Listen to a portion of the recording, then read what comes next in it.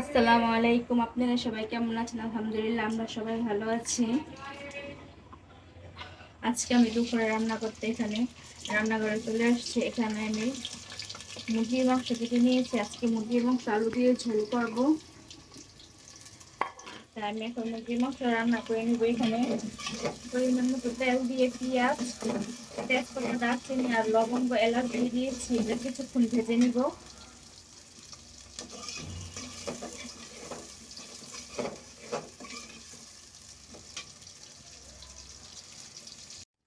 আমি এখানে একটা মশলা রেডি করে নিব।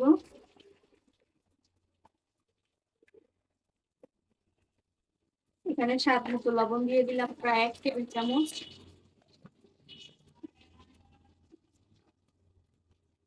এখন আদা, রসুন, জিরা আর পেঁয়াজ একসাথে পেস্ট করা,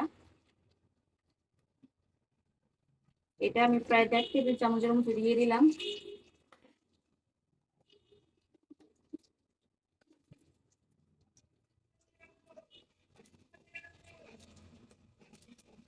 এখানে পেঁয়াজটা আমি আদা ভাজা করে নিচ্ছি।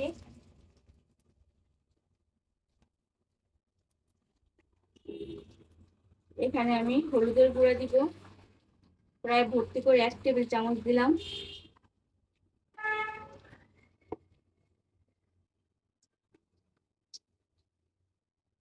শুকনো মরিচের গুঁড়া 1 টেবিল চামচ দিলাম। আমি একটু ঝালদার রান্না করব।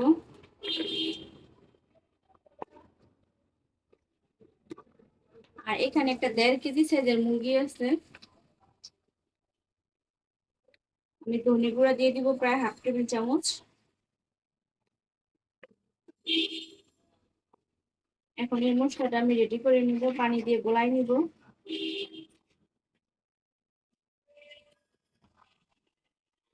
এখানে আমরা রেডি করে নিয়েছি। এখন এই পেঁয়াজের মধ্যে মশলাটা দিয়ে ভালো করে কষায় নিব। আপনারা শব্দগুলো ইগনোর করবেন, আমার রাস্তার পাশে আর আমার রান্নাঘরটা, ওখানে প্রচন্ড শব্দ আসে রান্নাঘরে।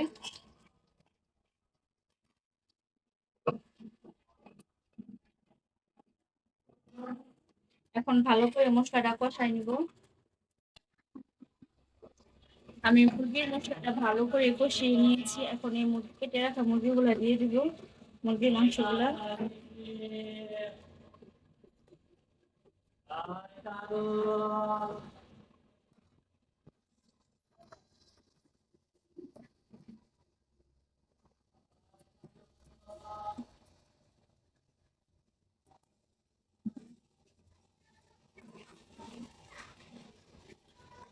এখানে কিছু আলু দিয়ে দিব আমি।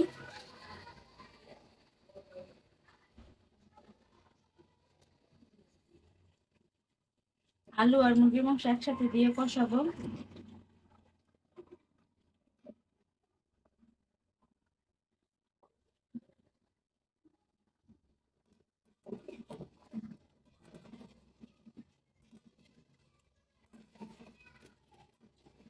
এটা আমি বেশ কিছুক্ষণ কষাই নিব।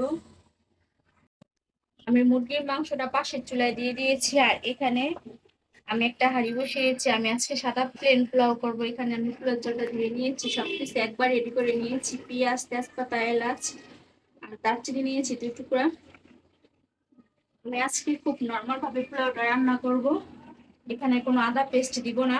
আমার বোনের শাশুড়ি এভাবে পোলাও রান্না করে, খুব মজা হয় খেতে। আমি বেশ একটা পোলাও খেতে পারি না। আমার ছোট বোনের বাসায় গেলে আমি এক প্লেট পোলাও খেতে পারি, অনেক মজা হয় আন্টির হাতের পোলাওটা। তাই আমি আন্টির মতো আজকে পোলাওটা রান্না করব। আন্টি আদা পেস্ট, পেঁয়াজ কিছুই দেয় না। তার আমি এখানে পেঁয়াজ নিয়েছি, আন্টি পেঁয়াজটাও দেয় না।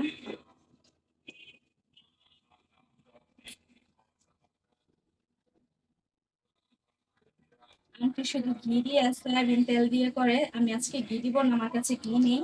তাই আমি আজকে তেল দিয়ে পোলাওটা রান্না করব। এখানে একসাথে সবকিছু ভেজে নিব।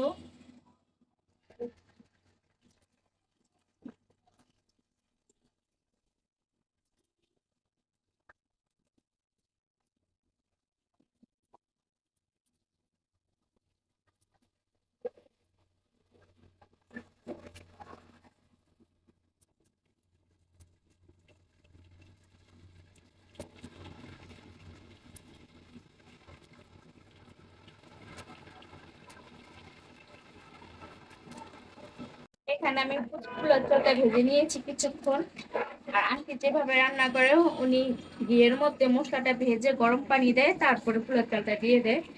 আমি পোলার চালটা একটু ভেজে নিলাম, আর এখানে পরিমাণ মতো পানি দিয়ে দিলাম।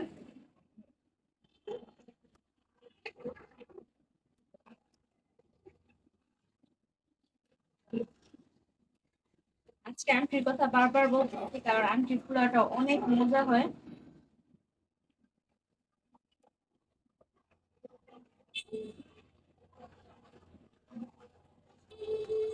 এখানে আমি লবণ দিয়ে দিব। এখানে আমি স্বাদ মতো লবণ দিয়ে দিব।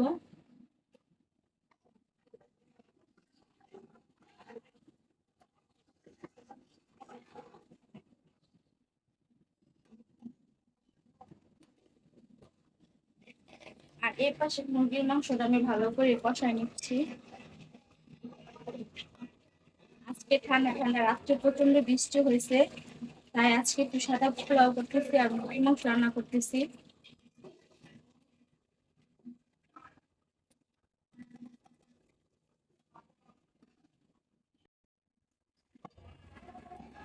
এখানে আমার পোলাওটা হয়ে গেছে। থেকে এখন নিচ পর্যন্ত নাড়াচাড়া করতে লেগে যাবে।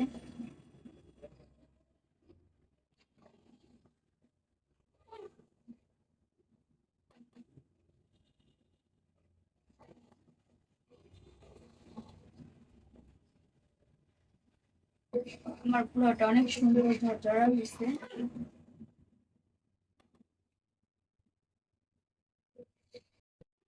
এই পাশে আমার মুরগির মাংসটা হয়ে গেছে, এখন আমি গরম মশলার গুঁড়া দিয়ে দিব। এখানে অল্প করে গরম মশলার গুঁড়া দিয়ে দিলাম। এখন ভাজা জিরা গুঁড়া দিব।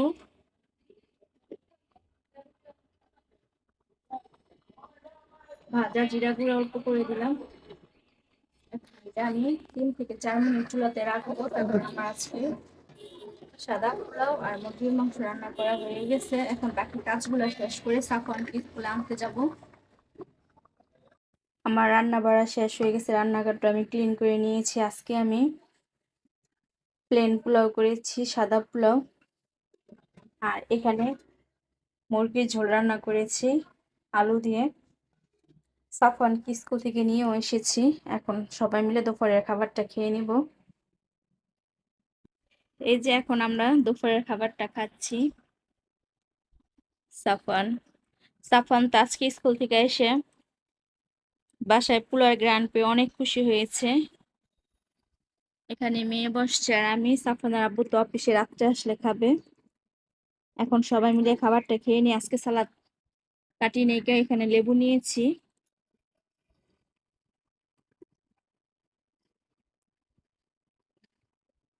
বিসমিল্লাহ।